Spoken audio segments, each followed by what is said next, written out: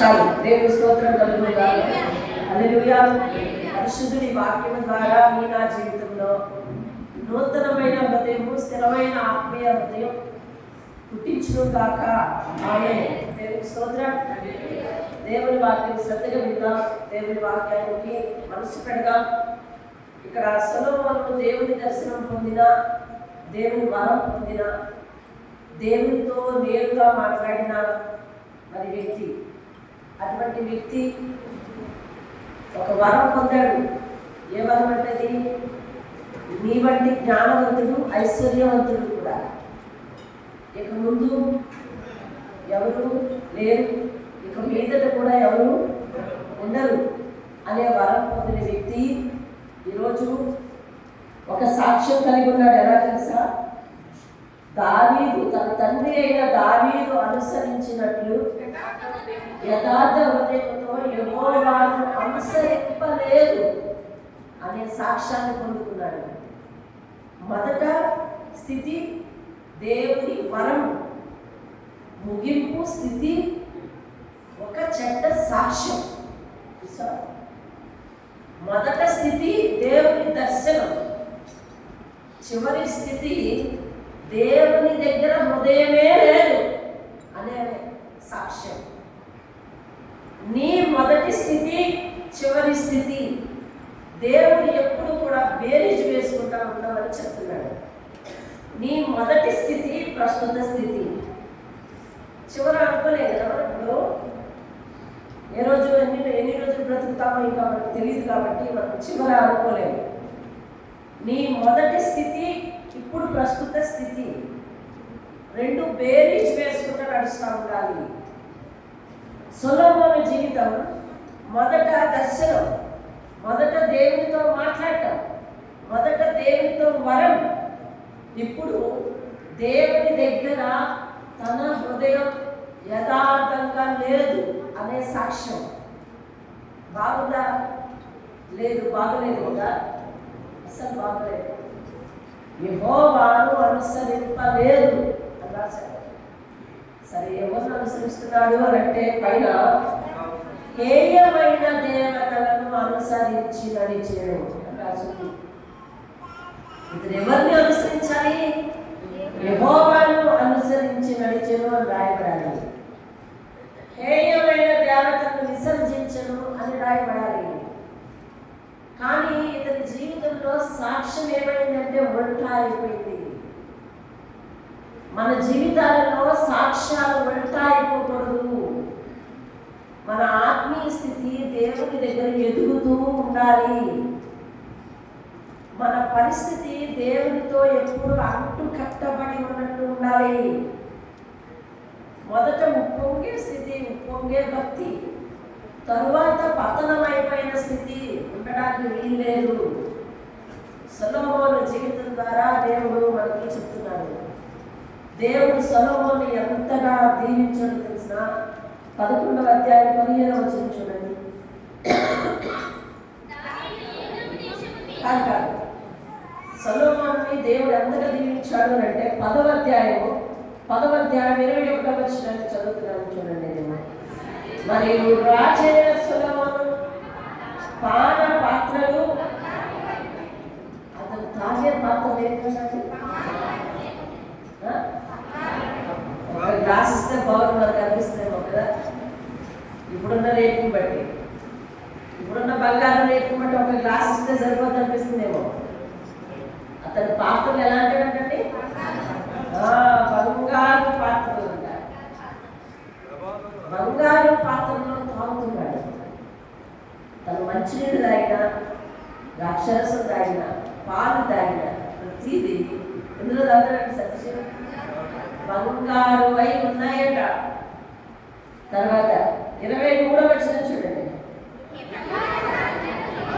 ఈ ప్రకారము రాజైన సొలొమోను ధనము చేత, జ్ఞానము చేత కూడా భూపతులందరిలో అధికుడు అయి ఉన్నాడు. అలాగే 21వ వచనంలో 2వ లైను, లెబానోను అరణ్య మందిరము పాత్రలు కూడా అలాగే వెండిది ఒకటి లేదు. సొలొమోను దినములలో వెండి అంటే ఎవరు ఎన్నిక చేయలేదండి. వెండి ఎన్నిక చేయలేదంట. ఏం చేసినా బంగారం బంగారం బంగారం. దేవుడు అంతగా దీవించాడు. సరిగా దేవుడి మందిరంలో సరిగా ఇక్కడే దేవుడు కలుపుతా ఉన్నాడు. బంగారు పాత్రల కన్ను వెండి ఎన్నికకు రాలేదంట. తర్వాత చూడండి 24వ వచనం. అతని హృదయమందు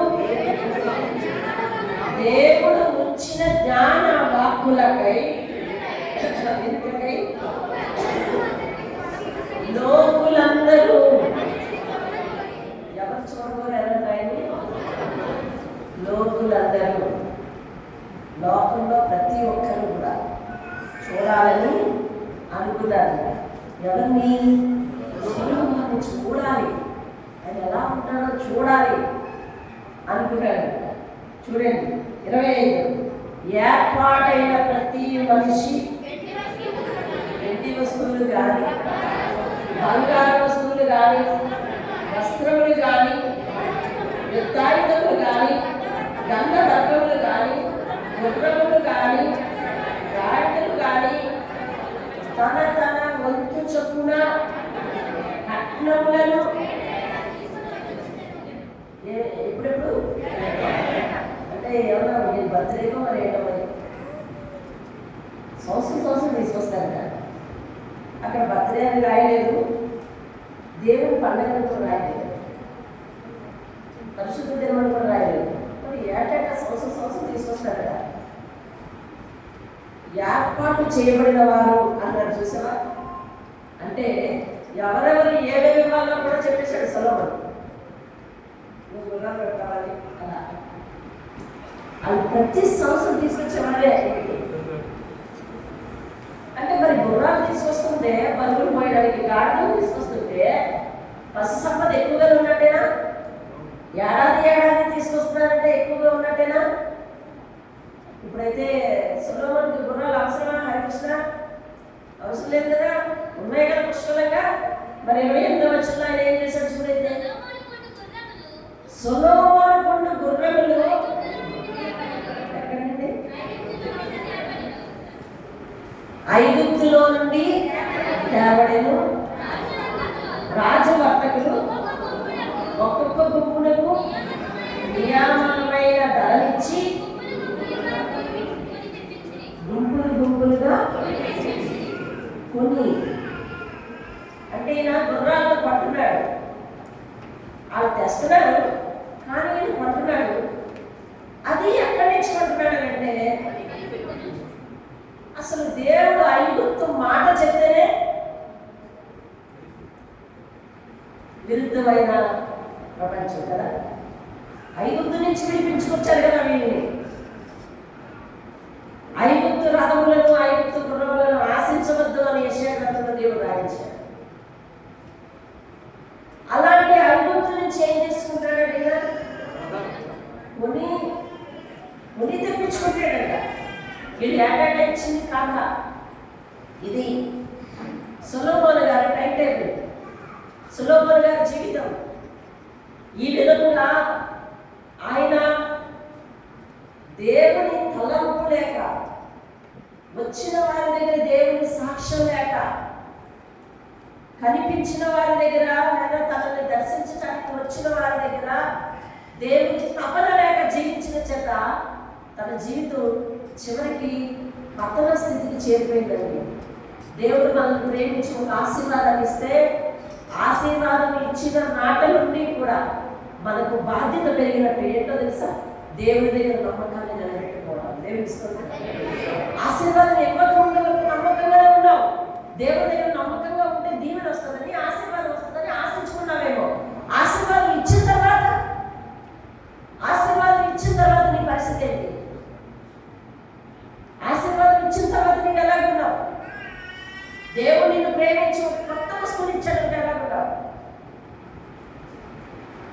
మన జీవితంలో దేవుడు ప్రేమించి మన కరువును తీర్చి ఒక కొత్త వస్తువుతో దేవుడు దీవించాలనుకోండి, మనం ఎలా ఉంటామో అది దేవుడికి కావాలి. దేవుడి స్తోత్రం. దావీదు కుమారుడు సొలొమోనుని దేవుడు అత్యద్భుతంగా దీవిస్తే, అత్యద్భుతంగా ఆశీర్వదిస్తే సొలొమోను దేవుని తపన లేకుండా వెళ్ళండి. ఆశీర్వాదం ఇచ్చిన తర్వాత నేను ఎన్నో కుటుంబాలను చూశాను. వారి కుటుంబాలలో దేవుడు కార్యం చేయకపోతే వారి కన్నీరు పెట్టుకొని దేవుని దగ్గర మోకరిల్లిన దినములు ఉన్నాయి. కానీ వారి జీవితంలో కార్యం చేసిన తర్వాత దేవుని మందిరంలో వారు కనిపించే రోజు తక్కువైపోయింది. దీని అర్థం ఆశీర్వాదం తర్వాత ఏమైంది మన భక్తి జీవితం? ఆశీర్వాదం ముందు మనం ఎలా ఉన్నాం? ఆశీర్వాదం తర్వాత మన భక్తి జీవితం ఏమైపోయింది? దేవుడు మనల్ని ప్రేమించి మన కష్టార్జితం చేతను, మన కష్టాలతో నేలపాలు కాకుండా, హాస్పిటల్ పాలు కాకుండా ఒక కొత్త వస్తువును అమర్చుకునేటట్టు దేవుడు దీవించాలంటే దేవుడు ఆశీర్వాదం కదా. అయితే ఆశీర్వాదం తరువాత మనం దేవుడికి దూరం అయిపోతున్నామో దగ్గర అయిపోతున్నామో మనం ఆలోచించాలి. సొలొమోనుకి ఆలోచించడానికి ఖాళీ లేదు. ఇప్పుడు ఏమంటున్నాడు తెలుసా? ఐఎమ్ బిజీ అంటున్నాడు. సొలొమోను ప్రతిసారి ఏమంటున్నాడు తెలుసా? నాకు మీటింగ్ ఉందంటే అస్తమాట ఎవరు కలపడానికి వస్తున్నారు. లోకులందరూ ఆయన చూడడానికి వస్తున్నారట. ప్రతి ఒక్కరూ ఆయన చూడాలనుకుంటారట. వారందరితోనూ సొలొమోను కలిసి మాట్లాడుతుంటే ఆ జ్ఞానయుక్తమైన మాటలు వినడానికి అనేక మంది ఆశపడుతున్నారట. ఇతని మీద ఎవరు ఆశపడుతున్నారో వారిని చూస్తా ఉండిపోయాడు తప్ప ఎంత ఫేమ్ అనగా ఎంత మెరుపు, ఎంత విలువ ఇచ్చిన దేవుడి విషయం పట్టించుకోవడం మానేసేది తెలుసుకోవడం వల్ల. దేవుడి స్తోత్రాలు. ఈరోజు నువ్వు నేను తెలుసుకోవాల్సింది ఏం తెలుసా? దేవుడు నిన్ను బిడ్డనిచ్చి దీవించడం, లేదా ఒక వస్తువునిచ్చి దీవించడం, లేదా ఉద్యోగాన్ని ఇచ్చి దీవించడం, లేదా వివాహం చేసి దీవించాడో, లేదా ప్రమోషన్ ఇచ్చి దీవించాడో, ఆ దీవెన అనంతరం నీ భక్తి జీవితాన్ని చాలా కాపాడుకోవాల్సిన బాధ్యత నీ మీద నా మీద ఉంది అని దేవుడితో మాట్లాడుతున్నాడు. దేవుడి స్తోత్రాలు. నువ్వు చూపించవలసింది ఏమిటి అంటే విధేయత. దేవుని దగ్గర విధేయతను చూపించాలి. దేవుడు అంటూ ఉన్నాడు, నేను మహాగరుడను, మహోన్నతులను, నిత్య నివాసిని, పరిశుద్ధులను అయి ఉన్నప్పటికీ నేను వినయము గలవారి యొద్దను. యెషయా-గ్రంథము 57వ అధ్యాయము 15వ వచనం. ఒకసారి తీస్తాను, అందరూ వాళ్ళకి తీయండి. 57వ అధ్యాయం 15వ వచనం.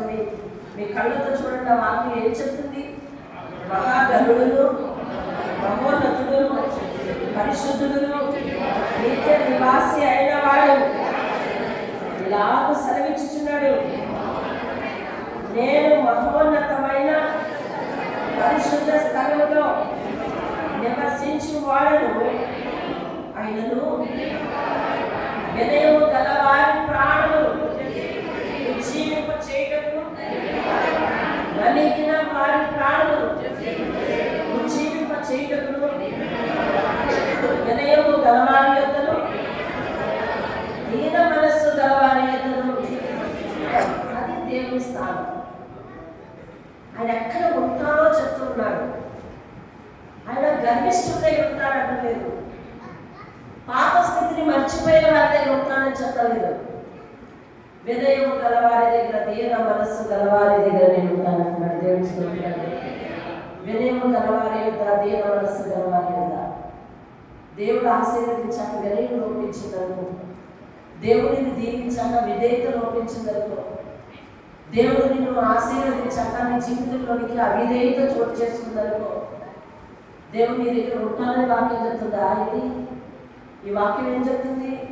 నేను మహోన్నతుడిని, మహాగరుడిని, పరిశుద్ధులను, నిత్య నివాసిని అయినప్పటికీ నేను ఎక్కడ ఉంటానో తెలుసా?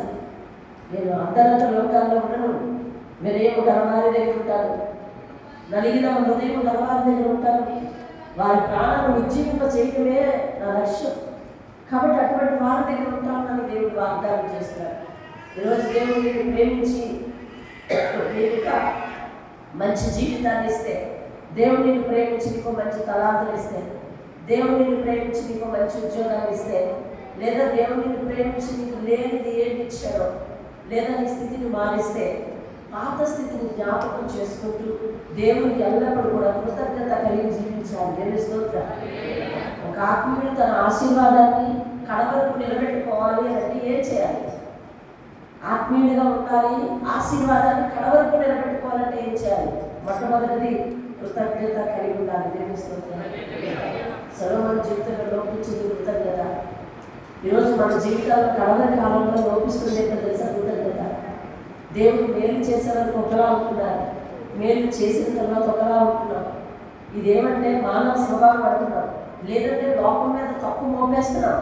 నేను లోకంలో మా వాళ్ళు ఒప్పుకోలేదు అంటూ ఉన్నాను, లేదా లోకంలో నేను తిరగలేకపోతున్నాను అని అంటున్నాను. అర్థమవుతుందా? దేవుడు మన జీవితాన్ని ప్రేమించి ఒక మేలు చేత, ఒక ఆశీర్వాదం చేత నింపినప్పుడు ఆయన పాదాలకు కట్టుబడి ఉండటం, ఆయన మాట చేత నింపబడటం ఎంతో శ్రేయస్కరమైన విషయం. దేవుని స్తోత్రం. సొలొమోను తన పాత స్థితి ఏముందో, నేను జ్ఞానకులకు ఎలా దేవుని దగ్గర మొదలుపెట్టాను. ఇవాళ నేను మాట్లాడుతున్న మాటలేంటి? జ్ఞానయుక్తమైన మాట్లాడాను. ఈ మాటలు అందరూ ఆకర్షించి వస్తున్నారే, వేరు దేశాల నుంచి వస్తున్నారే, వేరు ప్రాంతాల నుంచి వస్తున్నారే, వేరు రాజ్యాల నుంచి వస్తున్నారే. ఇదంతా నాకు ఎలా కలిగింది? ఆ రోజు దేవుడు వరం ఇవ్వబట్టి కదా అనే ఆలోచన విధానమే సొలొమోను దగ్గర లేకపోయింది. కృతజ్ఞత లేని విధానం మనలో ఉండాలని లేదు. మనం ఏం కలిగి ఉండాలంట? ఆశీర్వాదం కలవరకు నిలబడాలంటే ఏం కలిగి ఉండాలి చెప్పండి? కృతజ్ఞత కలిగి ఉండాలి. చెప్పండి, ఏం కలిగి ఉండాలి? కృతజ్ఞత కలిగి ఉండాలి. కృతజ్ఞత కలిగి ఉండాలి. ఎంతోమంది దేవుని మందిరానికి వచ్చి ఎన్నో మేలు పొందిన ఇటీవల కూడా నేను అన్యుల పేరు చెప్పి చాలా మంది ఆరోగ్యాల కొరకు ప్రార్థన చేయించారు. వారి ఆరోగ్యాలు తేరుకుంటాయి. ప్రాణ భయం నుంచి కూడా రక్షించారు. మరి ఈరోజు లేరే. ఎందుకు లేరో తెలుసా? చేసిన మేలు ఇంకా అంతటితో అయిపోయింది. దేవుడు అనేవాడు అంతవరకే. దేవుడికి మనం ఎంతవరకు ఇవ్వాలో అంతవరకే. దేవుడిగా నువ్వు సమయమించండి, దేవుడు మనకు సమయమిస్తున్నాడు. దేవుడిగా నువ్వు సమయమించండి, దేవుడు మనకు ఆరోగ్యం ఇస్తున్నాడు, ఆయుష్ ఇస్తున్నాడు, దేవుడు మనకు అవకాశం ఇస్తున్నాడు. దేవుడిగా మనం టైమింగ్ ఇచ్చేది కాదు, దేవుడే మనకు సమయాన్ని ఇస్తున్నాడు. దేవుడి స్తోత్రం. హల్లెలూయా.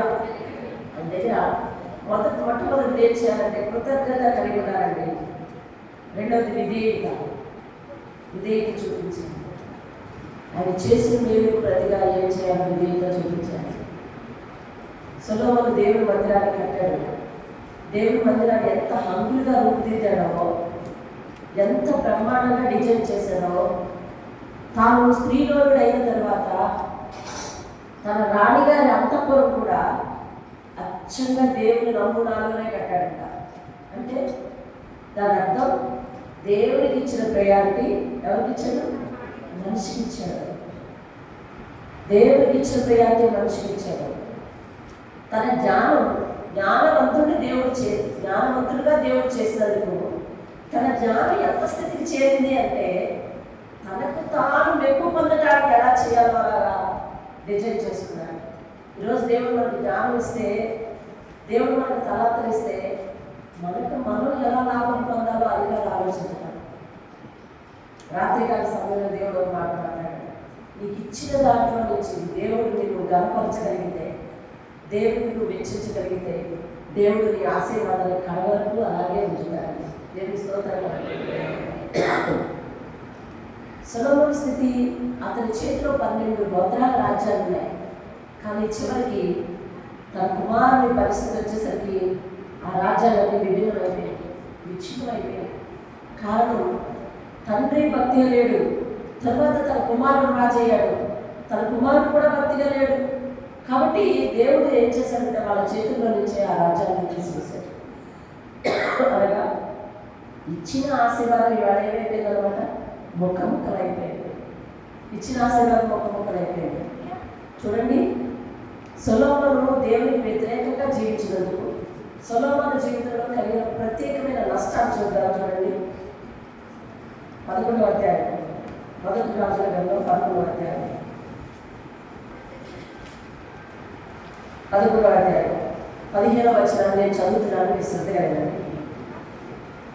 అందరూ నోటితో చదివే వచనాలు ఉన్నాయి, అవి ఖచ్చితంగా అందరం చదువుతారు. మీ జాగ్రత్తగా అర్థం చేసుకోండి. 15వ వచనం నేను చదువుతున్నాను. దావీదు 14వ వచనం నుంచి చదువుతున్నాడు. యెహోవా ఎదోమీయుడైన హదదు అను ఒకని సొలొమోనుకు విరోధిగా రేపెను. సొలొమోనుకు విరోధిగా ఎవరు లేపారంట? యెహోవా లేపాడంట. ఎవరికి విరోధంగా? సొలొమోనుకు విరోధంగా. నిజానికి ఆ ఎవరు విరోధంగా లేచారో వారి పేరు రాశారు అక్కడ. ఏ పేరు అది చెప్పండి. అది హదదు. ఆ హదదు ఎవరో మీరు తెలుసుకుంటే ఆశ్చర్యపడతారు. చూడండి, అతడు ఎదోము దేశపు రాజవంశస్థుడు. వాక్యం చూడండి. దావీదు అంటే సొలొమోను తండ్రి. దావీదు ఎదోము దేశం మీద యుద్ధం చేయుచుండగా, అంటే తన తండ్రి బ్రతుకున్నప్పుడు అనమాట. అర్థమవుతుందా? ఈ హదదు ఎవరో మీకు చెప్తున్నా. ఎదోము దేశం మీద యుద్ధం చేయుచుండగా సైన్యాధిపతి అయిన యోవాబు ఆయన యుద్ధం చేస్తుంటాడు. ఈ ఎవరెవరిని చంపుతున్నాడు వీళ్ళందరినీ ఏం చేస్తాడట? పాతి పెడతా ఉంటాడంట యోవాబు. దావీదు సైన్యాధిపతి యోవాబు. దావీదు ఎదోము దేశం మీద యుద్ధం చేయుచుండగా సైన్యాధిపతి అయిన యోవాబు చంపబడ్డ వారిని పాతిపెట్టుకు వెళ్ళినప్పుడు ఎదోము దేశంలో ఉన్న మగవారినందరినీ హతం చేశాడు. ఎదోములో ఉన్న మగవారినందరినీ హతం చేయ వరకు ఇశ్రాయేలీలందరితో కూడా యోవాబు 6 ఏళ్ళు అతను నిలిచాడు. అంతటా హదదును అతనితో కూడా తన తండ్రి సేవకుల్లో కొందరు ఎదోమీయులను ఐగుప్తు దేశంలోనికి పారిపోయి. హదదు అప్పుడు చిన్నవాడై ఉండెను. మీకేమర్థమైంది? దావీదు ఎదోము దేశం మీద యుద్ధానికి వెళ్ళినప్పుడు అక్కడ ఉన్న మగవారులందరినీ దావీదు మట్టు పెడుతున్నప్పుడు వారందరూ కూడా ఐగుప్తు దేశానికి వెళ్ళి ప్రాణాన్ని దాచుకున్నప్పుడు హదదు చాలా చిన్నవాడంట. వాళ్ళ నాన్న అతన్ని ఎత్తుకుని ఆ ఐగుప్తు దేశంలోకి వెళ్ళిపోయి ప్రాణాన్ని దాచుకున్నాడు. అర్థమైందండి? దావీదు ఆ దేశం మీద యుద్ధానికి వెళ్ళాడు అంటే ఇశ్రాయేలీయులు శత్రువులు ఎదోమీయులు.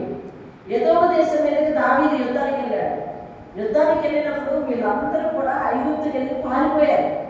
పారిపోయి తల దాచుకున్న వారిలో ఈ హదదు ఉన్నాడు. అతను అప్పుడు ఎవరంట? చిన్నవాడంట. వాడు ఇప్పుడు లేచి సొలొమోను మీదకి విరోధిగా వచ్చాడు. చూసారా? ఆ రోజు ప్రాణభయంతో దాక్కున్న వారు ఈరోజు సొలొమోను వంటి ఒక బలమైన రాజ్యము మీద యుద్ధం చేయటానికి యెహోవా వారిని లేపెను. దేవుడికి విరోధంగా నడిస్తే శత్రువుడికి ఏమొస్తుందన్నమాట? బలం వస్తుంది. దేవుడికి నువ్వు విరోధంగా నడిస్తే నీ శత్రువులకు దేవుడే బలం ఇస్తాడన్నమాట. నువ్వు అర్థం చేసుకోవాల్సిన విషయం అది. దేవుడికి నువ్వు విరోధంగా నడుస్తుంటే నీ శత్రువులు నీ భోజనం సిద్ధపరుస్తానన్నది దేవుడా? అంటే నీ శత్రువులందరినీ నీ దగ్గరకు తీసుకొచ్చి నీకు సమాధానపరిచి వాళ్ళతో స్నేహాన్ని ఏర్పాటు చేసి వాళ్ళందరూ ఎదుర్కొన్నా నీకు భోజనాన్ని సిద్ధపరుస్తారు అని దేవుడు చెప్తున్నాడు. దేవుని స్తోత్రం. అది దేవుని ఆశీర్వాదం. కానీ ఇక్కడ వాక్యం ఏం చెప్తుంది? దేవుడే సొలొమోను మీదకి శత్రువుని లేపాడు. అతడు కూడా ఎవరికి? తన తండ్రి కాలంలో ప్రాణాన్ని దాచుకోవడానికి వేరే ఊరు పారిపోయిన అల్పుడు ఇప్పుడు వచ్చి సొలొమోను మీదకు యుద్ధానికి వస్తున్నాడు అంటే సొలొమోను బలము దేవుడు ఎంతగా క్షీణింప చేస్తున్నాడో చూడండి. బలమైన రాజ్యం, చుట్టుప్రక్కల రాజ్యాలన్నీ కూడా ఆ రాజ్యాన్ని చూడడానికి వస్తాయి, రాజును చూడడానికి వస్తాయి, ఆ నగరంలో ఉన్న కట్టడాలను చూడడానికి వస్తాయి. ఒక విచిత్రమైన పరిపాలన, విచిత్రమైన రాజు, విచిత్రమైన రాజ్యం. అలాంటి స్థితి ఇప్పుడు ఏమైందో తెలుసునండి. తన తండ్రి కాలంలో ఎన్నిక కాలేనటువంటి వాళ్ళు ఈరోజు అతని మీద యుద్ధానికి వచ్చే స్థితికి దేవుడు తీసుకొని వచ్చాడు. గ్రహించాలి. శత్రువులను మిత్రులుగా చేసే దేవుడు శత్రువులను మన మీద రేపుతున్నాడు అంటే దాని అర్థం శత్రువుడికి బలం వచ్చింది. ఎలా వచ్చింది? నీలో ఉన్న అవిధేయత దేవుడికి ఇష్టం లేదు. నీలో ఉన్న అకృతజ్ఞత లేని భావం దేవుడికి ఇష్టం లేదు.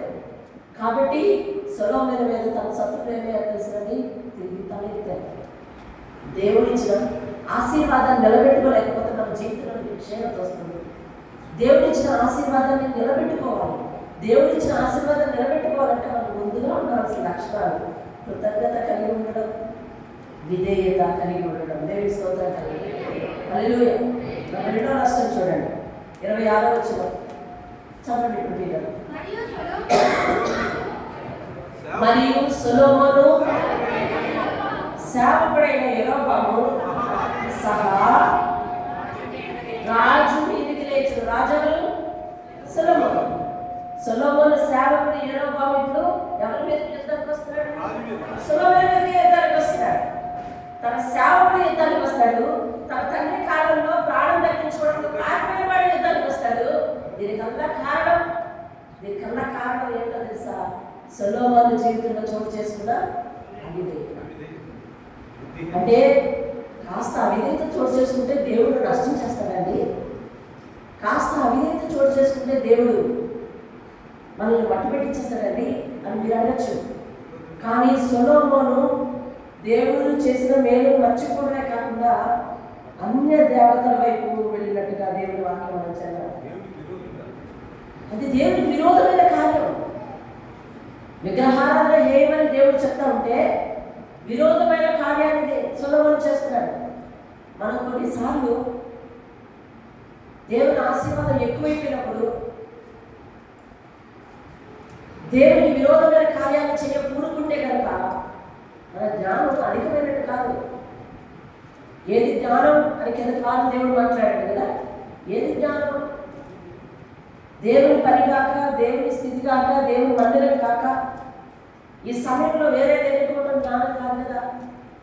మనం ఏం చేస్తున్నామంటే అసలు దేవుడికి ఏది నచ్చుతుందో అది ఆలోచించదు కాదు. ఎప్పుడైతే దేవుడికి అవిధంగా నడుస్తున్నామో దేవుడికి నచ్చేదేంటి, నేను చేసేదేంటి అనే విచక్షణ కోల్పోతున్నాను. అలా కోల్పోకూడదు. తెలుసా, నీ జీవితంలో విధేయత ఉంటే దేవుడు అనేకమైన తలాతులకు దారితీస్తాడు. దేవుడు స్తోత్రం. దేవుడు నిన్ను అంతకంతకు హెచ్చిస్తుంటాడు. దేవుడు నీకు ఇచ్చిన కొంత పని మీద నువ్వు నమ్మకంగా ఉన్నాడు. దేవుడు అధికమైన వాటి మీద నిన్ను అధికారిగా చేస్తాడంట. దేవుడు స్తోత్రం. చిన్న విధేయత గొప్ప మేలును తీసుకొస్తుంది. చిన్న విధేయత గొప్ప మేలును నీకు తీసుకొచ్చి పెడుతుంది. కొంచెంలో నువ్వు నమ్మకంగా ఉంటే నువ్వు అధికమైన వాటి మీద నింపబడతావు. దేవుడు కలగజేసిన క్షేమంలో నమ్మకంగా ఉండాలి. దేవుడు ఇచ్చిన ఆరోగ్యంలో నమ్మకంగా ఉండాలి. దేవుడు ఇచ్చిన ఉద్యోగంలో నమ్మకంగా ఉండాలి. దేవుడు చేసిన ప్రతి విషయంలో నమ్మకంగా ఉండాలి. అదే విధేయత. దేవుడు విధేయతతో ఉన్న వారిని బహుగా దీవించే దేవుడు, అందరం మెప్పించే దేవుడు, అన్ని విషయాలను ఆశీర్వదించే దేవుడు. విధేయత అనేది చాలా ప్రాముఖ్యం. విధేయత లేకే నేటి క్రైస్తవులు వేలెత్తి చూపించుకునే స్థితిలో లోకంలో కనిపిస్తున్నారు. వారి జీవితాలను తరచి చూడండి. ఎన్నో ఎన్నో మేలులు ఆశీర్వాదాలు ఉంటాయి. కానీ వారెందుకు అలా తయారయ్యారు తెలుసా? దేవుని ఎందుకు కృతజ్ఞత లేక. నేను ఎంతో మందికి సువార్త చేస్తున్నప్పుడు అంటాను, మా అబ్బాయి పేరు దావీదేనండి అంటారు. లేదా మా అబ్బాయి పేరు ఏదో చెప్తారు. మా పిల్లలందరి పేరు దేవుడి పేర్లేనండి అంటారు. మీ దేవుడి పేర్లేనండి అంటారు. మరి ఎందుకు నువ్వు ఇంకా అలా ఉన్నావు? మీరు ఇంకా ఎందుకు అలాగే విగ్రహారాధనలో ఉన్నారు? మీ పిల్లలందరూ ఎందుకు అన్ని వివాహాలు చేస్తున్నారు అని అంటే అదంతే. అప్పటి వరకు ఆమెకు పిల్లలు కలిగినప్పుడు లేదా ఆమెకు ఆ విషయంలో కష్టమైనప్పుడు ఆమె దేవుడికి ఒక సమర్పణ చేస్తుంది. పిల్లలు పుట్టారు, దేవుడికి పేరు పెట్టించింది, అయిపోయింది. మన లోపల అలా తిరుగుతూనే ఉంటారు, పెరుగుతూనే ఉన్నారు. కృతజ్ఞత అంటే దేవుడి పేరు తగ్గించుకోవడమో లేదా దేవుడికి ఒక మొక్కుబడి చేసుకుని ఇచ్చి చెల్లించి ఊరుకోవడమో కాదండి. జీవితాంతము ఆయన స్తుతి చేయడం. జీవితాంతం ఎలా ఉండాలండి? ఆయన స్తుతి చేస్తాను. జీవితాంతం ఆయన సాక్షిగా నిలబడతాను. పాత జీవితము ఇప్పుడు ప్రస్తుత జీవితం సొలొమోను ఏమైంది? మారిపోయింది.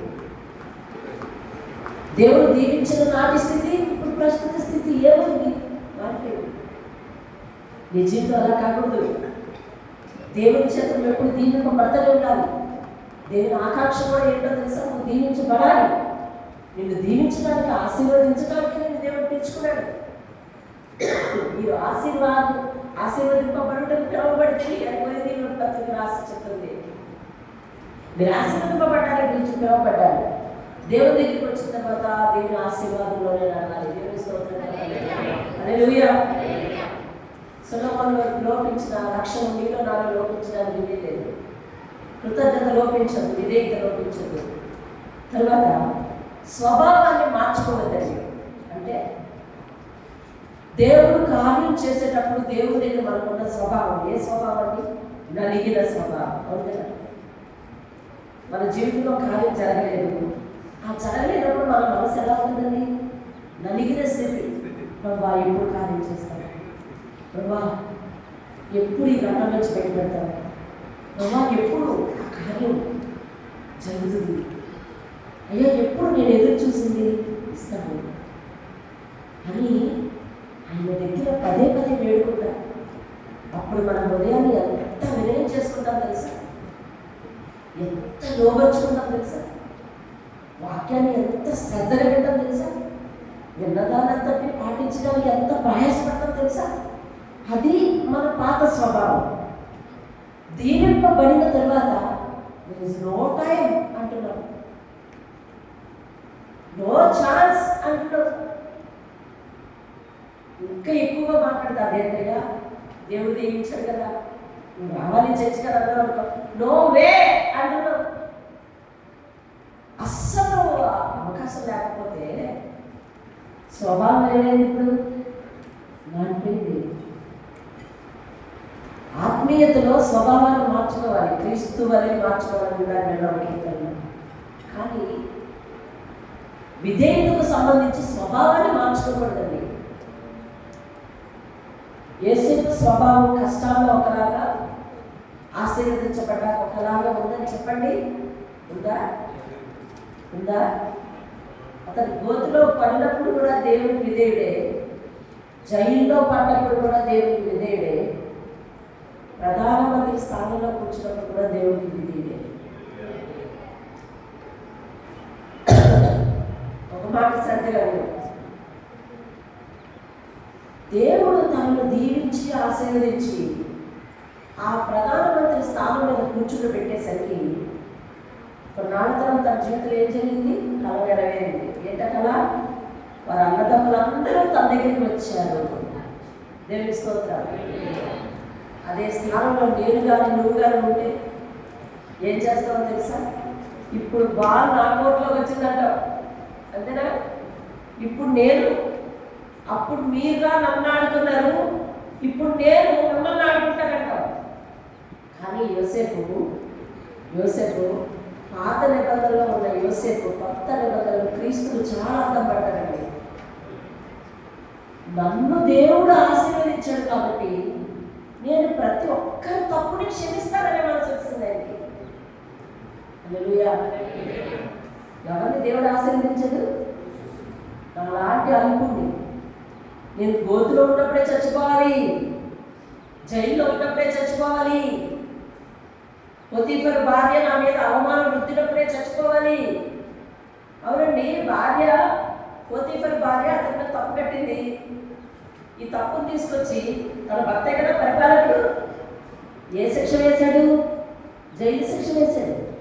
ఏం చేయాలి? అసలు చంపించాడు. చంపించడం ఒకటే పెద్ద కష్టమా? కానీ జైలు శిక్ష వేశాడంతే. దేవుడే కదా రక్షించాడు. ప్రాణాలు పోగొట్టకుండా దేవుడిని రక్షించాడు. ఇంతగా దీవించిన నేను, నన్నంతగా దేవుడు రక్షించాడు కాబట్టి నేను నా అన్నదమ్ములు క్షమించలేనా? ఇది క్రీస్తుల స్వభావం అండి. దేవుని స్తోత్రం. ఇది క్రీస్తుల స్వభావం.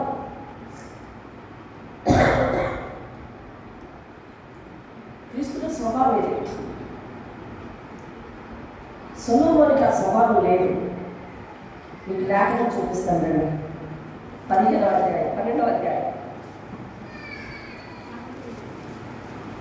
12వ అధ్యాయం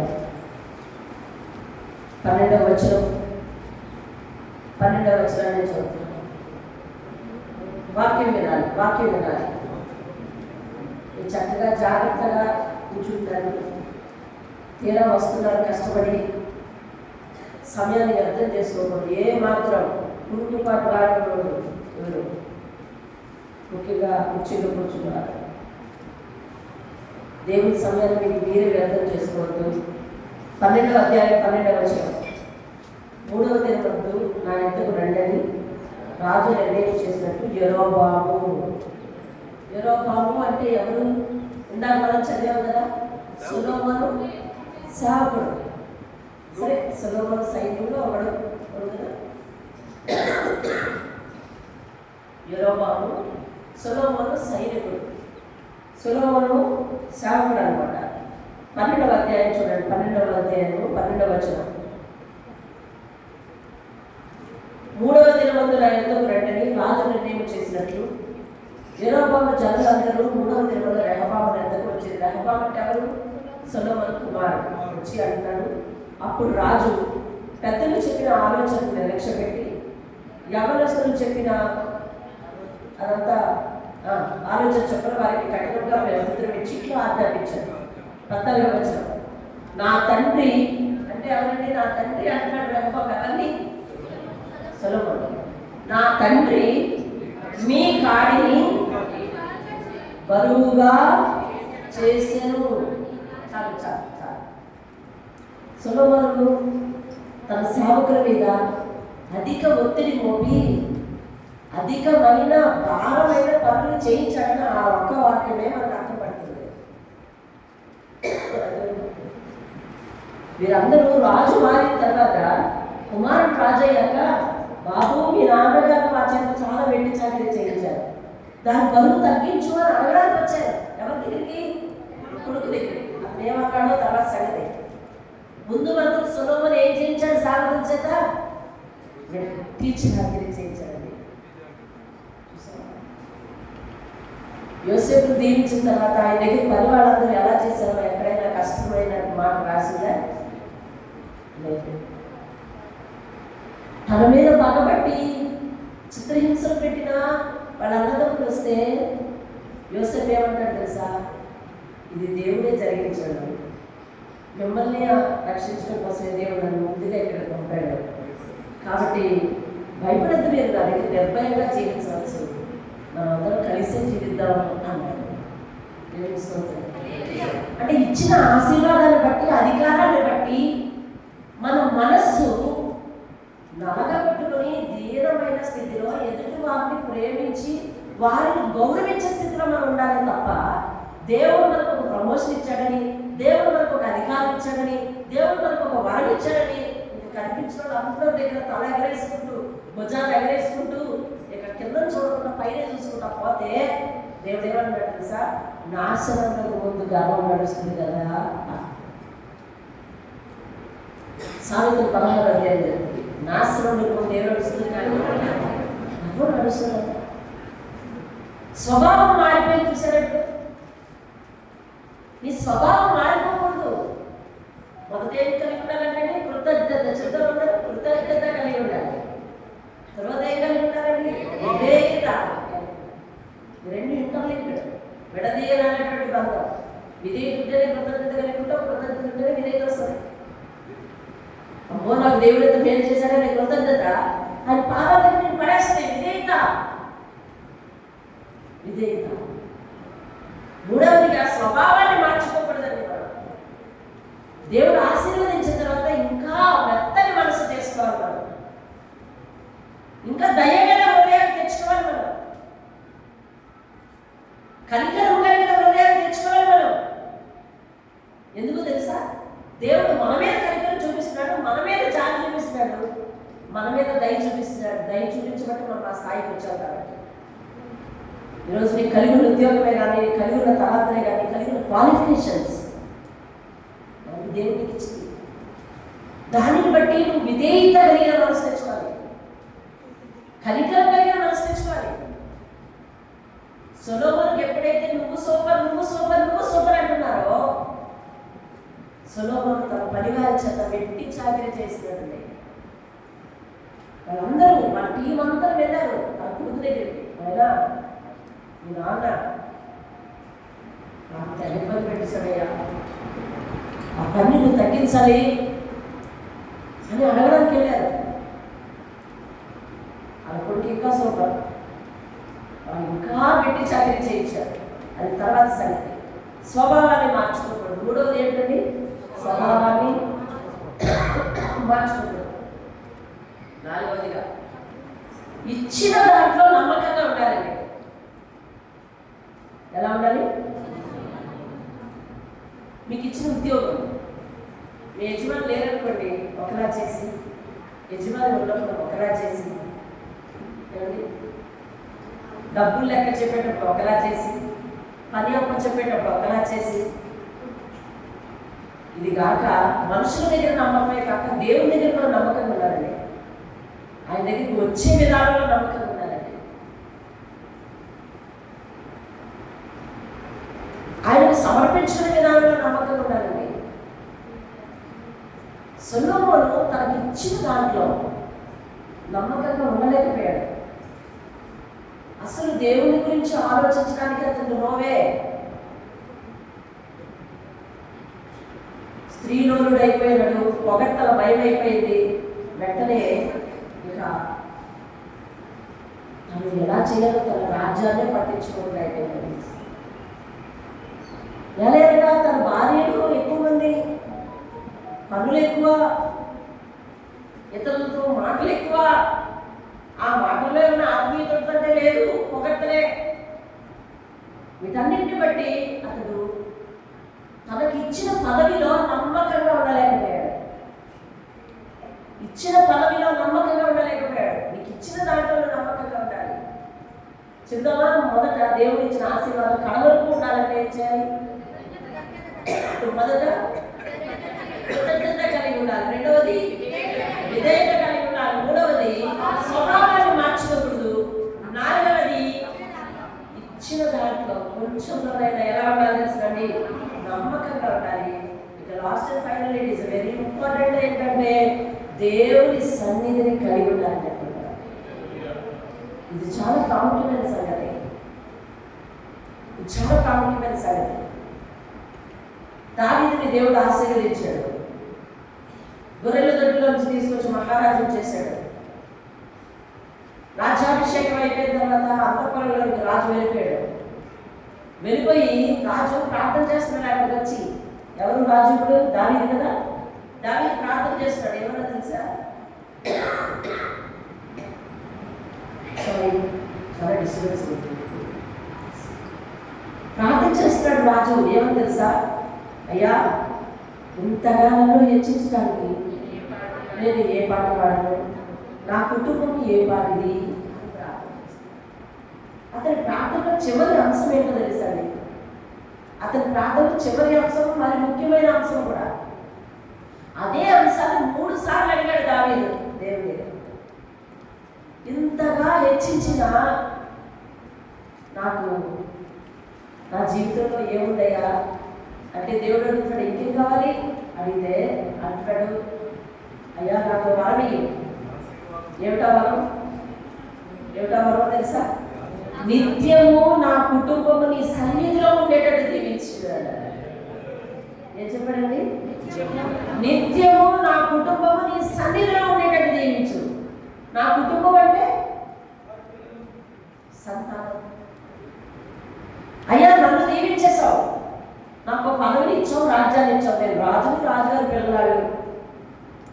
అయితే ఆ ఆశీర్వాదం వారికి కలకాలం సరిపోదు. వాళ్ళు కూడా దేవుని సన్నిధిలోనే ఉండాలి.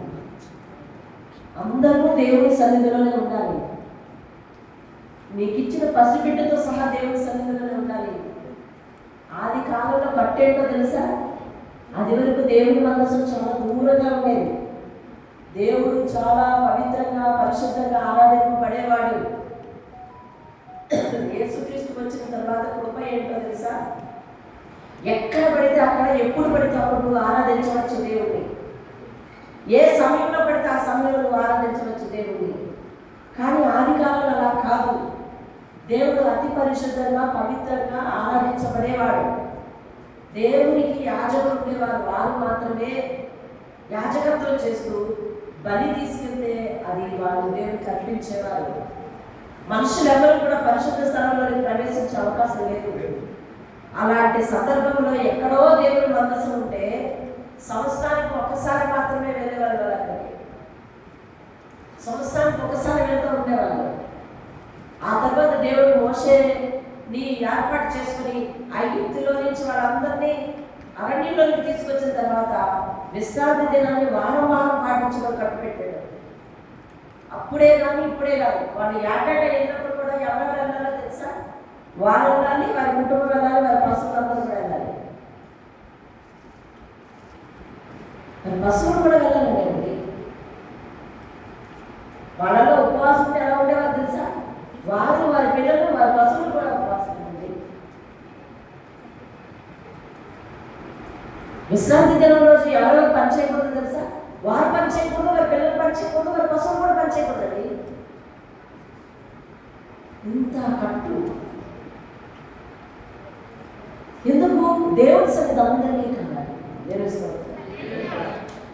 ఏది సొలొమోను రాజు అయిన తర్వాత ఒకనాడు దేవుని మందిరం వెళ్ళినట్టుగా ఆరాధన చేసినట్టుగా చూడు. నువ్వు ఎంత ఆశీర్వదింపబడుతున్నా దేవుని సన్నిధి ముఖ్యమండి. దేవుని సన్నిధి ముఖ్యం. నీకు దేవుని సన్నిధితో నువ్వు సహవాసం లేకపోతే నీలో జీవం ప్రవహించదు. దేవుని సన్నిధితో నువ్వు అంటు కట్టబడకపోతే నీలో సక్సెస్, ఫలం ఉండదు. నువ్వు ఎంత ఆశీర్వదింపబడ్డా దేవుని సన్నిధి ముఖ్యమండి. ఆయన సన్నిధికి వచ్చిన వాళ్ళు ఏం చేస్తారంటే తెలుసా? 84 కీర్తించారు. 84 కీర్తన. సైన్యములకు అధిపతియగు యెహోవా, నీ నివాసములు ఎంత రమ్యములు! యెహోవా మందిర ఆవరణములు చూడవలెనని నా ప్రాణము ఎంతో ఆశపడుచున్నది. 4వ వచనం చదువురా. నీ మందిరంలో నివసించేవారు ధన్యులు, వారు నిత్యము నిన్ను స్తుతిస్తారు. నీ వలన బలము నుండి మనుషులు వాళ్ళే. మందిరంలో నివసించేవారు ఎవరంటండి? దేవుని వల్ల బలం పొందువారంట. వాళ్ళు ధన్యులు అవుతారు. దేవుని వాక్యాన్ని మనం చాలా జాగ్రత్తగా అర్థం చేసుకోవాలి. నీ మందిరంలో నివసించేవారు ధన్యులు, వారి నిత్యము నిన్ను స్తుతిస్తారు. నీ వల్ల బలం పొందుతారు వాళ్ళే. నీ వల్ల బలము పొందు జనులు ధన్యులు.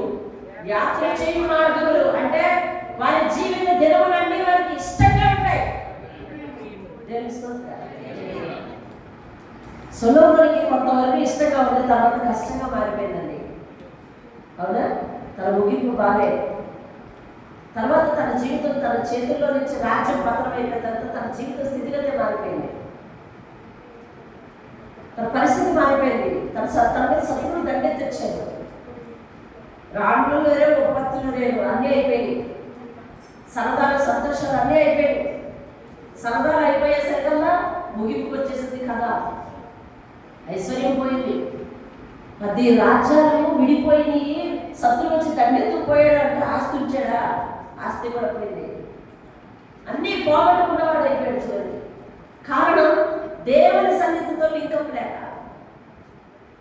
దేవుని సన్నిధితో సహవాసం ఉన్నవారు వారు నానాటికి బలాన్ని పొందుతారట. నువ్వు ఆస్తి చేత బలం పొందడం కాదు, దేవుని వాక్యం చేత బలం పొందాలి. నీ మందిరంలో నివసించేవారు నీ చేత బలం పొందువారు ధన్యులు.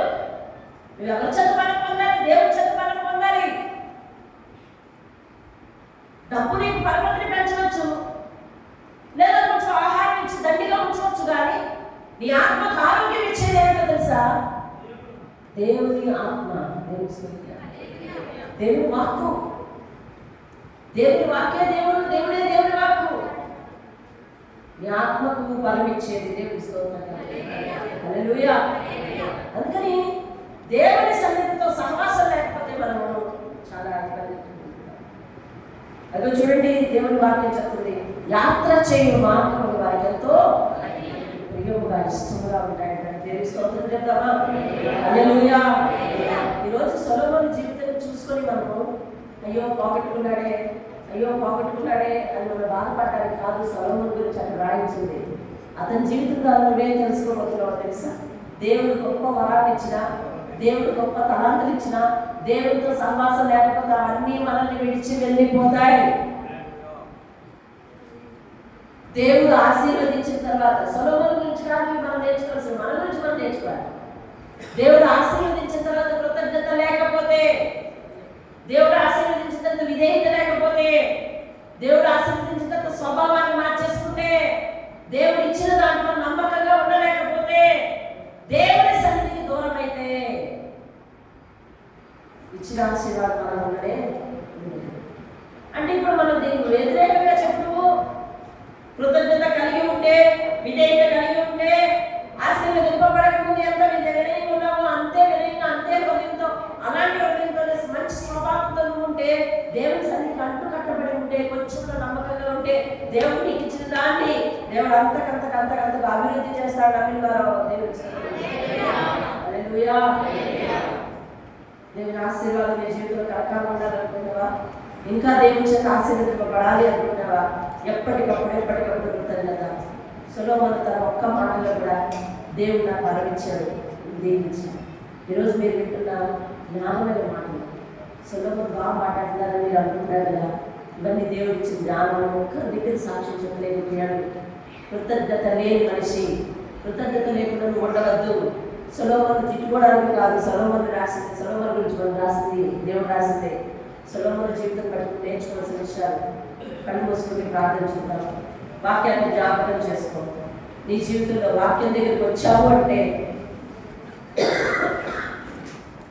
నువ్వు సెల్ఫ్ చెక్ చేసుకోవడానికి వచ్చినట్టు అర్థం. పరీక్షకు వచ్చావు, టెస్ట్కి వచ్చావు అని అర్థం. టెస్ట్ చేయించుకోవడానికి వచ్చావని అర్థం. దేవుని వాక్యం నీకు వినపడుతున్నప్పుడు, దేవుని జీవితంలో ఏం మేలు చేశాడో నీకు నువ్వుగా వ్యక్తిగతంగా జ్ఞాపకం చేసుకో. మీ అందరి జీవితాల్లో దేవుడు ఎలాంటి మేలు చేశాడో మీకే తెలుసు. అయితే ఇచ్చిన స్థితిని బట్టి నీకు కృతజ్ఞత ఉందా? ఇచ్చిన స్థితిని బట్టి నువ్వు విధేయత కలిగి ఉన్నావా? స్వభావం అప్పుడొకలా ఉన్నావా? దేవుడి సన్నిధికి దూరం అయ్యావా? ఇచ్చిన పనిలో నమ్మకంగా లేవా? దేవుడికి ఏ పని అయితే అప్పగించాడో ఆ పనిలో నమ్మకంగా లేవా? అది పరిచర్య కావచ్చు, అది ఒక పాటలు పాడే తలాంతే కావచ్చు, లేదా నీ ఉద్యోగంలో నీకు ఒక పోస్టు కావచ్చు, ఉన్నత పదవి కావచ్చు. ఏది ఇచ్చారో నీకే తెలుసు. నువ్వు ఇప్పుడు ఎలా వాడబడుతున్నావు, ఎలా ఉపయోగపడుతున్నావు, ఏది చేసి నీ కుటుంబాన్ని నిలబెట్టుకుంటున్నావో, పోషించుకుంటున్నావో నీకు తెలుసు. అది ఎవరి వల్ల పొందుకున్నావో నీకు తెలుసు. నీవు కలిగి ఉన్న స్థితి దేవుని వల్లే అని అనుకున్నప్పుడు అందులో నీ స్వభావం ఎలా ఉంది, నువ్వు విధేయత ఎలా ఉంది, కృతజ్ఞత ఎలా ఉంది, దేవుని సన్నిధితో సహవాసం ఎలా ఉంది అనే విషయాన్ని దేవుడు తెలియజేసుకుంటాడు కదా. అయ్యో, నేను దీవించిన ముందు నా పాదాల దగ్గర ఉండేవాడు నా కుమారుడు, నేను దీవించిన తర్వాత ఇప్పుడు నో టైం నో వే అంటున్నాడని దేవుడు పశ్చాత్తాపడితే, సౌలును రాజుగా చేసినందుకు దేవుడు చాలా బాధపడ్డాడంటండి. అయ్యో, నిన్ను నన్ను ఆశీర్వదించినందుకు దేవుడు బాధపడకూడదు. సొలొమోను విషయంలో దేవుడు బాధపడే ఉంటాడు. సౌలు విషయంలో ఆ మాట రాశారు, సౌలును రాజుగా చేసినందుకు దేవుడు పశ్చాత్తాపపడాడు. ఆదికాండం 6వ అధ్యాయంలో దేవుడు ఈ నరులను చేసినందుకు దేవుడు తన హృదయంలో పశ్చాత్తాపపడాడు. నిన్ను చూసి నిన్ను ఆశీర్వదించినందుకు దేవుడు పశ్చాత్తాపపడకూడదు, ఆనందించాలి. ఏం చూసి ఆనందించాలి? కృతజ్ఞత చూసి, విధేయత చూసి, మానని నీ స్వభావమును చూసి, ఇదిగో నీవు ఇచ్చిన దాంట్లో నమ్మకం ఉంటున్నావే దాన్ని చూసి, సన్నిధితో నీకు ఉన్న ఆ సహవాసం చూసి ప్రార్థన చేసుకుంటా. సర్వోన్నతుడైన దేవా, వాక్యం ఎదుట మేమందరూ నిలబడి ఉన్నాను. మీరు మాతో మాట్లాడారు, వాక్యాన్ని బట్టి పరిశీలన చేసుకోండి. మీరు ఆశించిన 5 లక్షల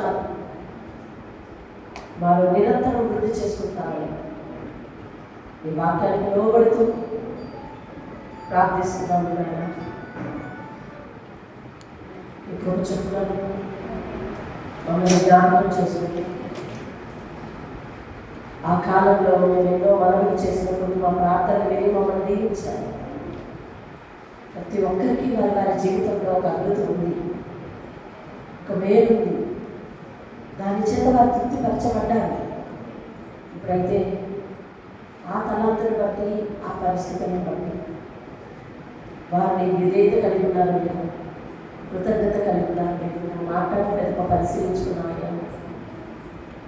మేము ఇంకనూ కృతజ్ఞత కలిగే, ఇంకనూ విధేయత కలిగి ఉండడానికి సహాయం చేయాలి. పెద్దవాళ్ళ మాటలు అందరి జీవితాల్లో ఫలింపచేయాలి.